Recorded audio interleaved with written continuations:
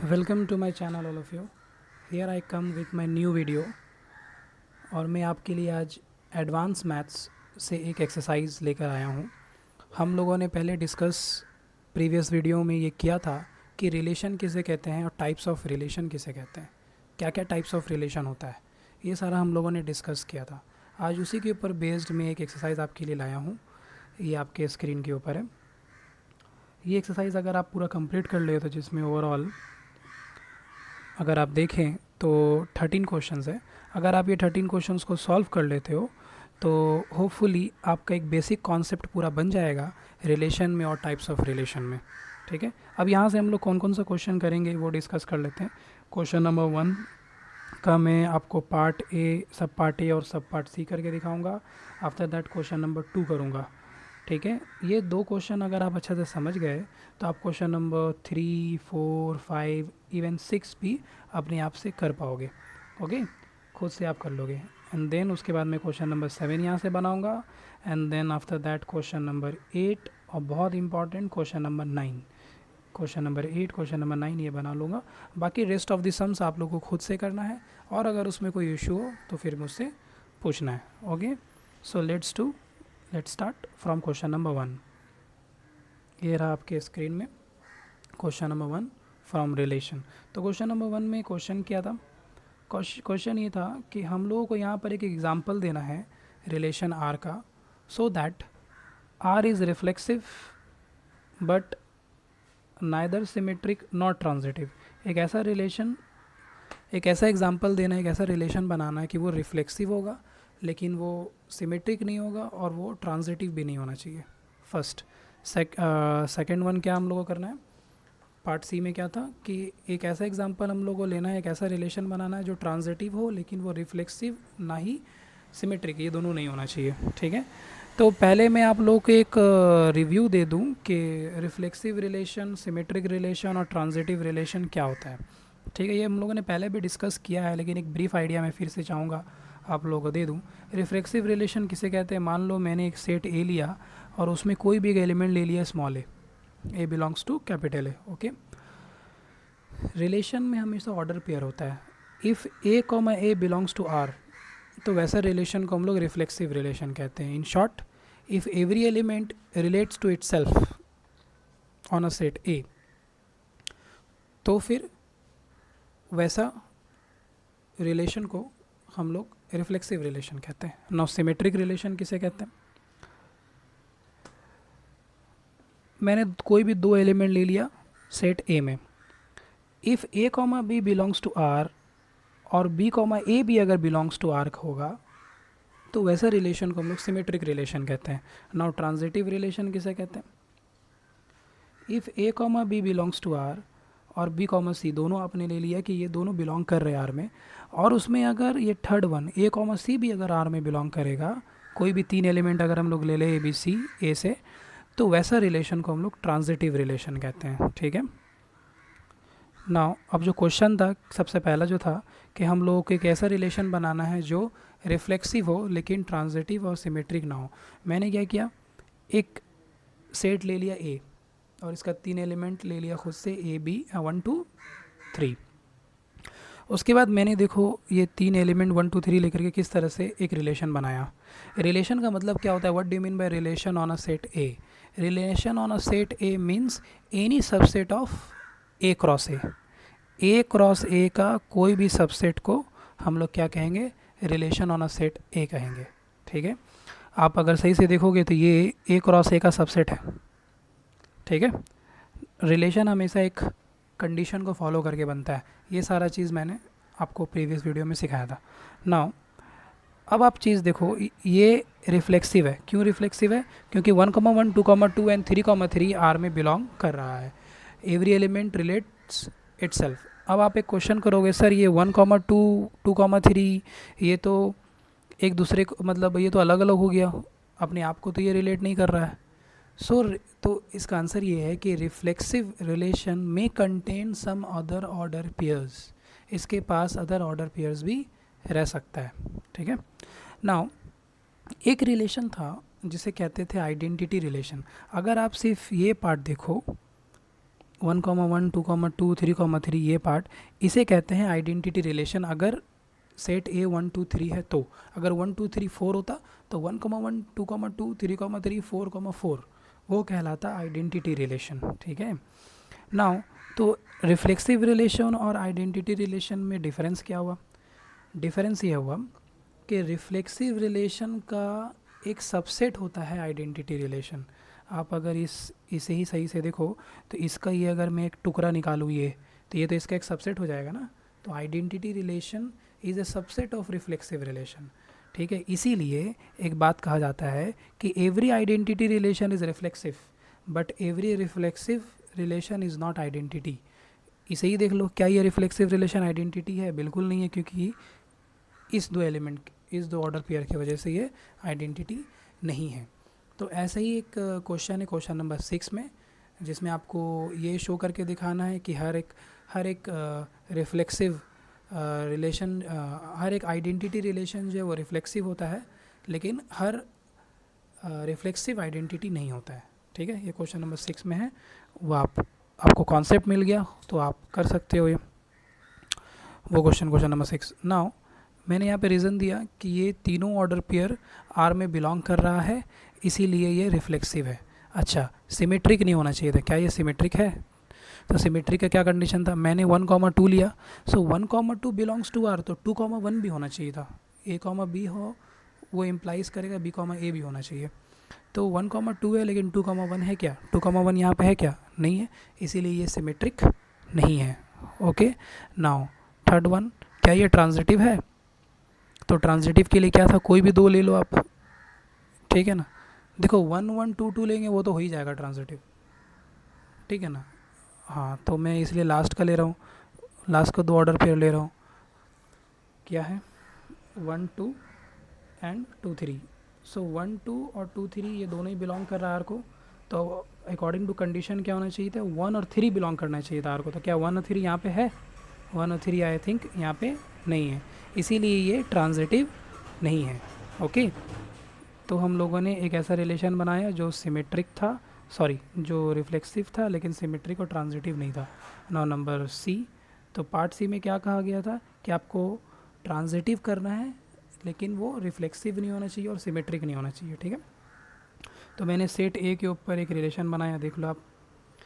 ठीक है। सबसे पहले बात, ये क्या रिफ्लेक्सिव होगा? नहीं होगा, क्योंकि इसमें 1,1 और 3,3 भी होना चाहिए था, क्योंकि ए में 1 2 3 दोनों ही है।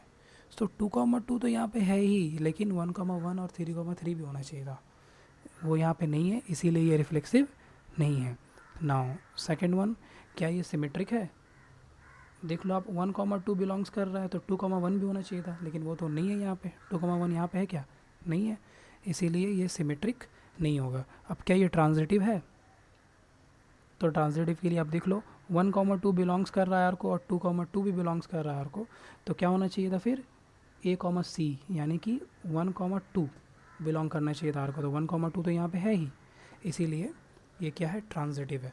तो होप कि आपको ये जो बेसिक है एक बन गया होगा कि सिमेट्रिक, ट्रांजिटिव और रिफ्लेक्सिव रिलेशन किसे कहते हैं, और उसी के ऊपर बेस्ड हम लोगों ने ये पहला क्वेश्चन कंप्लीट किया। Now moving to the second question.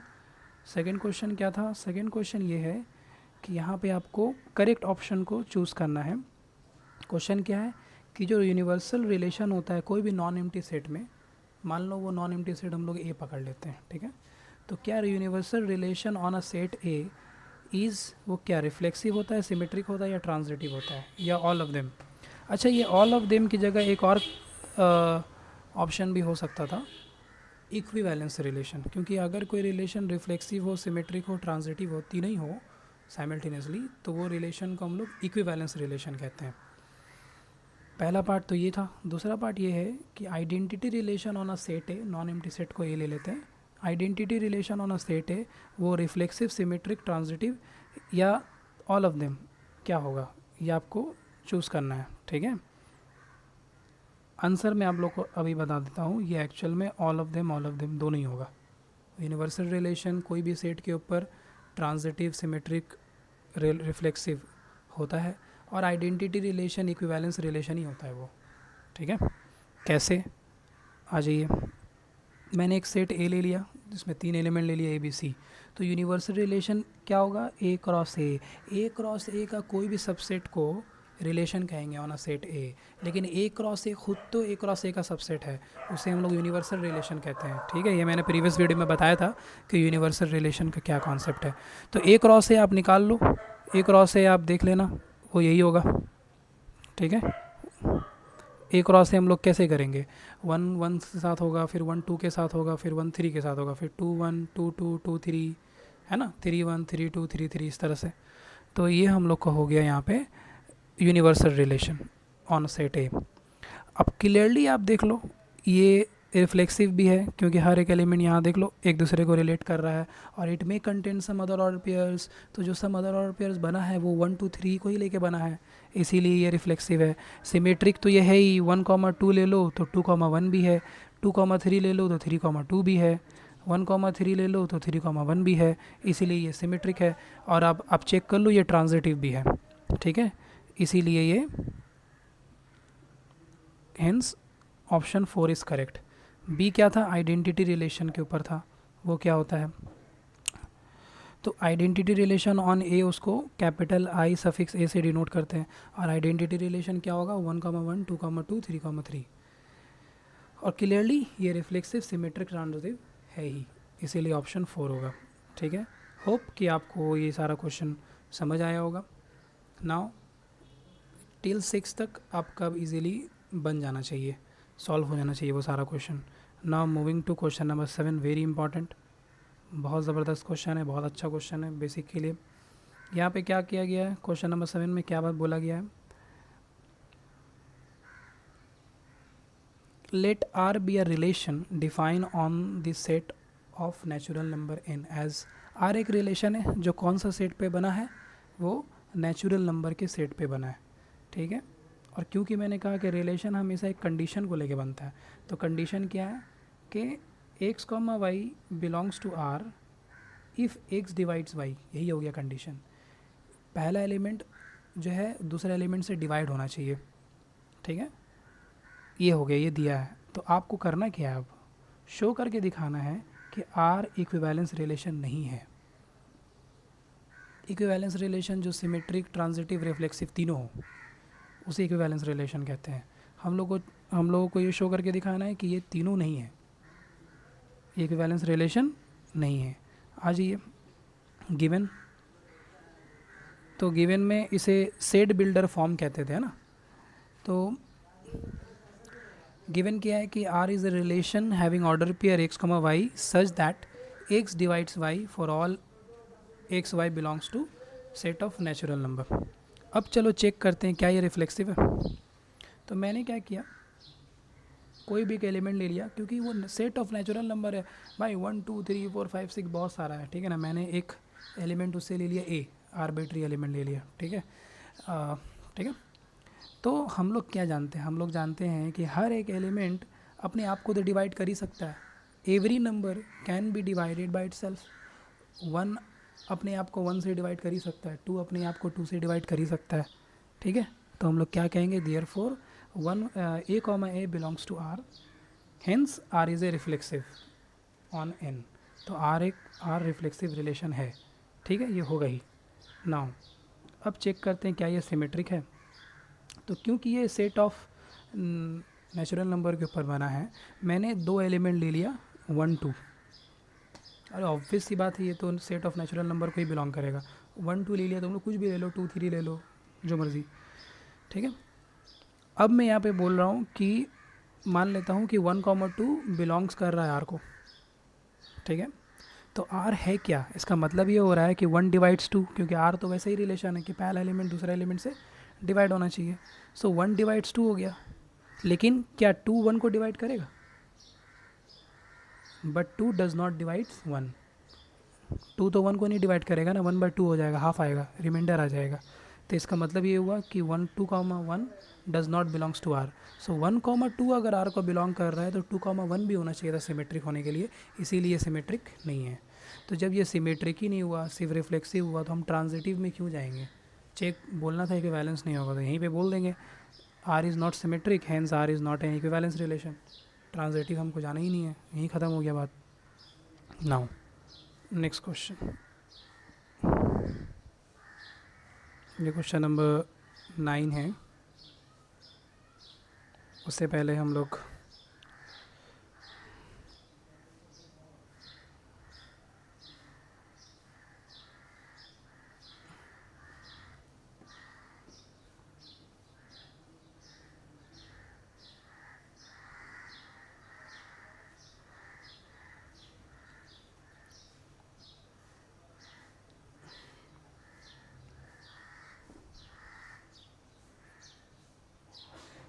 Question number 9 में आ जाइए।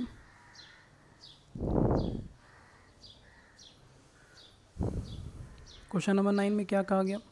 क्वेश्चन नंबर 9 में बोला गया कि R और S दो रिलेशन है सेट A में।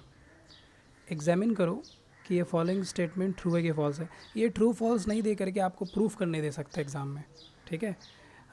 R अगर रिफ्लेक्सिव है तो R इन्वर्स भी रिफ्लेक्सिव होगा ही, ये स्टेटमेंट ट्रू है, ठीक है। तो ये ट्रू फॉल्स करके मैंने यहाँ पे ये एक्सरसाइज में आया ये क्वेश्चन, इसीलिए ट्रू फॉल्स नहीं करके डायरेक्ट शो डैट करने भी आ सकता है, ठीक है। पार्ट ये है। पार्ट बी ये है कि अगर R एक इक्विवेलेंस रिलेशन है तो R इन्वर्स भी क्या होना चाहिए? इक्विवेलेंस रिलेशन होना चाहिए, ठीक है। पार्ट सी क्या है कि R और S अगर सिमेट्रिक है तो R यूनियन S भी सिमेट्रिक होगा, ठीक है। And the last one is कि R and S are reflexive तो R इंटरसेक्शन S भी क्या होगा? रिफ्लेक्सिव होगा। आइए वन बाय वन ये क्वेश्चन को सॉल्व करते हैं। तो पहले में तो कह दिया कि R रिफ्लेक्सिव है, ठीक है। तो मैंने क्या किया ये देख लीजिए आप। Since R is reflexive on A, since R is reflexive on A, hence for any arbitrary element A belongs to A, कोई भी एक आर्बिट्री एलिमेंट ले लिया मैंने, कोई भी एक एलिमेंट ले लिया सेट A में, स्मॉल a कोई भी एलिमेंट ले लिया, वी हैव। तो A कॉमा A अगर बिलोंग्स कर रहा है R को तो ये क्या इम्प्लाइज करेगा? R इन्वर्स में होने के लिए मैं आपको बता दूं, R इन्वर्स में वो सारा ऑर्डर पेयर होता है जो जस्ट R में जो ऑर्डर पेयर होगा बस उसका रिवर्स हो जाता है। जैसे मान लीजिए R में एक ऑर्डर पेयर 1,2 है तो R इन्वर्स में रहना चाहिए 2,1, जस्ट ऑर्डर पेयर रिवर्स हो जाता है, ठीक है। ये इसका डेफिनेशन है। नाउ तो A कॉमा A को अगर आप रिवर्स करोगे A कॉमा A को तो A कॉमा A ही रहेगा। So A comma A belongs to R implies A comma A belongs to R inverse, क्योंकि इस क्वेश्चन में पहले ही बोल दिया है कि वो रिफ्लेक्सिव है तो A कॉमा A को तो बिलोंग करना ही पड़ेगा R में। तो R इन्वर्स का डेफिनेशन ये है कि बस इंटरचेंज हो जाएगा एलिमेंट, तो A कॉमा A इंटरचेंज होकर A कॉमा A ही रहेगा, इसीलिए ये R इन्वर्स में भी क्या करेगा? बिलोंग करेगा। तो A comma A belongs to R inverse for all A belongs to A, therefore R inverse is reflexive on A। हो गया कि R इन्वर्स क्या होगा? रिफ्लेक्सिव ऑन A होगा। ट्रू फॉल्स के हिसाब से कहेंगे तो ट्रू हो गया ये statement. Number 2 part B. Part B के क्या था क्वेश्चन कि अगर R इक्विवेलेंस रिलेशन है तो R इन्वर्स भी इक्विवेलेंस रिलेशन है। ये चेक करना है आपको, ये होता ही एक्चुअल में, बहुत इंपॉर्टेंट है ये। पार्ट बी आया है ये एग्ज़ाम में। नाउ आ जाइए इसको कैसे प्रूफ करेंगे। By question R is an equivalence relation on set ए, ये तो है ही, तो क्वेश्चन में बोल दिया गया है। तो इसका मतलब ये रिफ्लेक्सिव भी होगा, सिमेट्रिक भी होगा, ट्रांजिटिव भी होगा, होगा ना। इक्विवेलेंस का क्या मतलब होता है? तीनों ही होगा, ठीक है। लेट, अब आ जाओ पहले रिफ्लेक्सिव में आ जाते हैं। मान लेते हैं हम लोगों ने कोई एक एलिमेंट ले लिया स्मॉल ए जो एक सेट ए में बिलोंग कर रहा है, तो क्योंकि ये रिफ्लेक्सिव है तो ए कॉमा ए बिलोंग्स करेगा आर को, है ना। और इन्वर्स अगर हम लोग करेंगे, आर इन्वर्स अगर निकालने जाएंगे तो मैंने क्या बोला कि इंटरचेंज हो जाता है बस एलिमेंट, तो ए आपस में इंटरचेंज होकर ए ही रहेगा, तो ये भी बिलोंग करेगा ही। तो हम बोल दिए कि आर इन्वर्स रिफ्लेक्सिव है, ये तो बस प्रीवियस का जैसा है। सिमेट्रिक में आ जाइए, क्या सिमेट्रिक होगा? देख लीजिए आप। तो सिमेट्रिक में चेक कैसे किया जाता है? सिमेट्रिक कैसे हम लोग करते हैं? सिमेट्रिक का कॉन्सेप्ट क्या था कि अगर ए कॉमा बी बिलोंग्स कर रहा है कोई रिलेशन में तो उसमें फिर बी कॉमा ए भी होना चाहिए, राइट। तो हम लोगों ने यहाँ पे ये कर लिया कि A comma B belongs to R inverse, क्योंकि आर इन्वर्स का ही बात हो रहा है यहाँ पे, ठीक है ना। तो ए कॉमा बी को हम लोगों ने मान लिया कि वो आर इन्वर्स में बिलोंग कर रहा है for all A B belongs to A, मतलब ए बी मैंने एक ए से एलिमेंट ले लिया। नाउ अब नीचे आ जाइए आप, देखिए A comma B belongs to R inverse, ठीक है, implies B comma A belongs to R, ये by definition of inverse of a relation, मैंने कहा ना इंटरचेंज हो जाता है, तो एलिमेंट इंटरचेंज हो गया, ए कॉमा बी हो गया बी कॉमा ए। अगर A comma B R inverse में बिलोंग कर रहा है तो फिर बी कॉमा ए आर में बिलोंग करेगा, ठीक है। नाउ तो B comma A belongs to R, तो ए कॉमा बी भी बिलोंग्स टू आर होगा, क्योंकि पहले ही बोल दिया गया कि आर क्या है, वो सिमेट्रिक है, आर इक्विवेलेंस था, आर रिफ्लेक्सिव सिमेट्रिक ट्रांजिटिव तीनों है वो। तो बी कॉमा ए भी उसके पास है तो उसके पास ए कॉमा बी भी है, क्योंकि बाय क्वेश्चन वो सिमेट्रिक है, राइट। नाउ अब ए कॉमा बी अगर आर के पास है, इसका मतलब B comma A R inverse में होना चाहिए, इंटरचेंज कर दिया एलिमेंट को। तब आप देख लो यहाँ पे क्या हो गया कि 1 comma A comma B belongs to R inverse, तो बी कॉमा ए भी बिलोंग्स टू आर इन्वर्स हो गया यहाँ पे, इसीलिए आर इन्वर्स क्या हो गया, सिमेट्रिक हो गया। अब ट्रांजिटिव में आ जाओ,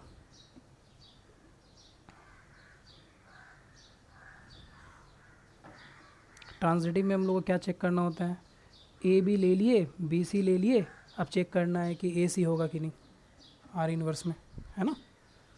तो मैंने ए बी सी 3 एलिमेंट ले लिया सेट ए में, अब चलो चेक करते हैं, और ये दोनों को लेट कर लिया कि ये दोनों है, ठीक है। नाउ तो ए कॉमा बी अगर आर इन्वर्स में बिलोंग कर रहा है मेरा भाई, ए कॉमा बी अगर आर इन्वर्स में बिलोंग कर रहा है तो बी कॉमा ए आर में बिलोंग करेगा, इंटरचेंज हो जाएगा, कहाँ है। बी कॉमा सी अगर आर इन्वर्स में बिलोंग कर रहा है तो फिर सी कॉमा बी आर में बिलोंग करेगा, क्लियर है ना। अब मैंने सी कॉमा बी को पहले लिखा, C comma B belongs to R and B comma A belongs to R implies C comma A belongs to R, C comma A belongs to R. क्यों होगा ऐसा, क्योंकि क्वेश्चन के हिसाब से आर ट्रांजिटिव है, ये तो गिवन है, इसीलिए ये हो गया। Now C comma A belongs to R, अब अगर C comma A belongs to R हो रहा है तो इसका मतलब A comma C belongs to R inverse, उसका बोले ना इंटरचेंज कर देना, तो सी कॉमा ए हो गया, अब A comma C belongs to R inverse. तो अब देख लीजिए आप, A B belongs to R inverse, B C belongs to R inverse, और A C B belongs to R inverse हो गया, इसीलिए R inverse is transitive on A, ठीक है। Hence R inverse is an equivalence relation, clear हो गया। Now part सी में आ जाइए आप लोग, ये बहुत इंपॉर्टेंट है, सभी है। पार्ट सी में क्वेश्चन क्या था कि R and S are symmetric, तो शो करके दिखाना है कि आर यूनियन एस भी ऑल्सो सिमेट्रिक। यहाँ बोल दिया है कि आर और एस सिमेट्रिक है, आ जाइए। तो मैंने क्या बोला, मैंने यहाँ पे क्या लिखा, that R is symmetric on A, question ही में कह दिया आर भी है और एस भी है।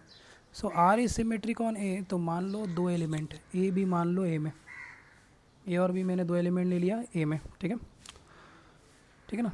Now A comma B belongs to R implies B comma A belongs to R, क्योंकि आर तो सिमेट्रिक है, क्वेश्चन में कह दिया गया, तो ये हो गई। एस भी सिमेट्रिक है, एस इज सिमेट्रिक ऑन ए, तो एस में भी मैंने बोल दिया कि ए कॉमा बी अगर एस में बिलोंग करेगा तो फिर बी कॉमा ए भी बिलोंग करेगा इसमें, क्योंकि ये सिमेट्रिक है। नाउ अब मैं यहाँ पर क्या कर रहा हूँ, देखो मान लो क्योंकि आर यूनियन एस दिखाना है कि वो सिमेट्रिक होगा, तो सिमेट्रिक का तो कॉन्सेप्ट ही यही है ना भाई कि ए कॉमा बी अगर बिलोंग करेगा एक रिलेशन में तो बी कॉमा ए भी होना चाहिए, ठीक है। तो मैंने लेट कर लिया कि A comma B belongs to R union S, ठीक है। अब अगर मैं प्रूफ कर दूँ कि बी कॉमा ए भी आर यूनियन एस में बिलोंग करता है तो ये प्रूफ हो जाएगा कि ये सिमेट्रिक है, ठीक है। आ जाइए। नाउ अगर मैंने ये लेट कर लिया कि A comma B belongs to R union S, तो इसका क्या मतलब हो रहा है, इसका मतलब ये हो रहा है या तो ए कॉमा बी आर के पास है या तो ए कॉमा बी एस के पास है। और देखो यूनियन का क्या मतलब होता था, यूनियन का मतलब होता था कि कोई भी एक एलिमेंट अगर हम ले लें तो वो एलिमेंट 2 सेट में से किसी ना किसी के पास है, ठीक है, जैसे मान लो ए यूनियन बी कर रहे हैं हम लोग, ठीक है, और ए यूनियन बी आ गया 1,2। इसका मतलब या तो 1 ए के पास है या तो 1 बी के पास है, ठीक है, इसीलिए वो यूनियन में आ गया, है ना। तो ठीक वैसे ही अगर ए यूनियन बी, अगर ए कॉमा बी बिलोंग कर रहा है आर यूनियन एस में, आर यूनियन एस में ये मैंने लेट किया, तो इसका मतलब A comma B belongs to R और A comma B belongs to S, ये दोनों में से किसी एक के पास ए कॉमा बी है।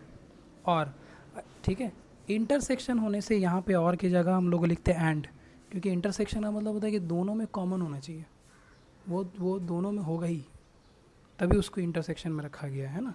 और यूनियन का मतलब होता है कि या तो इसमें होगा या तो उसमें होगा। नाउ तो यहाँ पे क्या हो गया अब कि A comma B belongs to R और A comma B belongs to S, ठीक है। नाउ अब आ जाओ, तो A comma B belongs to R हो रहा है तो बी कॉमा ए भी बिलोंग्स टू आर होगा, वो मैंने ऊपर ही डिस्कस कर लिया क्योंकि ये सिमेट्रिक है बाय क्वेश्चन। तो A comma B belongs to S होगा तो बी कॉमा ए भी होना चाहिए बिलोंग्स टू एस, क्योंकि एस भी सिमेट्रिक है बाय क्वेश्चन। अब आप देख लो, B comma A belongs to R और B comma A belongs to S, इसका क्या मतलब हो गया, बी कॉमा ए आर में भी हो सकता है, बी कॉमा ए एस में भी हो सकता है, एस कभी वो ऑर्डर पेयर हो सकता है। इसका मतलब ये हुआ कि B comma A belongs to R union S, उसका मतलब ये हुआ ना, तब B comma A belongs to R union S, तो प्रूव हो गया कि R union S is symmetric on A. Now यहाँ पर मैंने एक्स्ट्रा एक दिया है कि अगर आपको इंटरसेक्शन भी पूछ लेता तो प्रूफ करके दिखाओ आर इंटरसेक्शन एस भी सिमेट्रिक है, तो आप इसको कैसे प्रूफ करते, देख लो आप। पहले आप बोल देते कि A comma B belongs to R intersection S, इसका मतलब क्या हो गया, इसका मतलब ये हो गया कि ए कॉमा बी आर में भी है और ए कॉमा बी एस में भी है। एंड यहाँ पे एंड वर्ड को यूज़ किया गया है, देख लीजिए क्यों। इन कॉमन का मतलब है कि वो दोनों में होगा, यूनियन का मतलब है कि आइदर और, इसमें हो सकता है या उसमें हो सकता है। तो A comma B belongs to R है तो बी कॉमा ए भी बिलोंग्स टू आर होना चाहिए, क्योंकि ये सिमेट्रिक है by question. B comma A comma B belongs to S तो बी कॉमा ए भी बिलोंग्स टू एस होना चाहिए। क्योंकि बीच में एंड है तो फिर कह देंगे डायरेक्टली कि B comma A belongs to R intersection S, hence R intersection S is symmetric on A. ये एक्स्ट्रा है, अगर क्वेश्चन में पूछ लेता कि इंटरसेक्शन में बताओ सिमेट्रिक होगा। होप आप लोगों को ये सारा क्वेश्चन समझ आया होगा, ठीक है। आपके पास जो रेस्ट ऑफ द क्वेश्चंस है उसको आप अपने से कोशिश करो करने का। एंड आप अगर कोई क्वेश्चन आपसे नहीं बनता है तो प्लीज़ आप मुझे वो सम्स भेजो, फिर मैं उस क्वेश्चन को आपको फिर से एक्सप्लेन करूँगा, ठीक है। Thank you.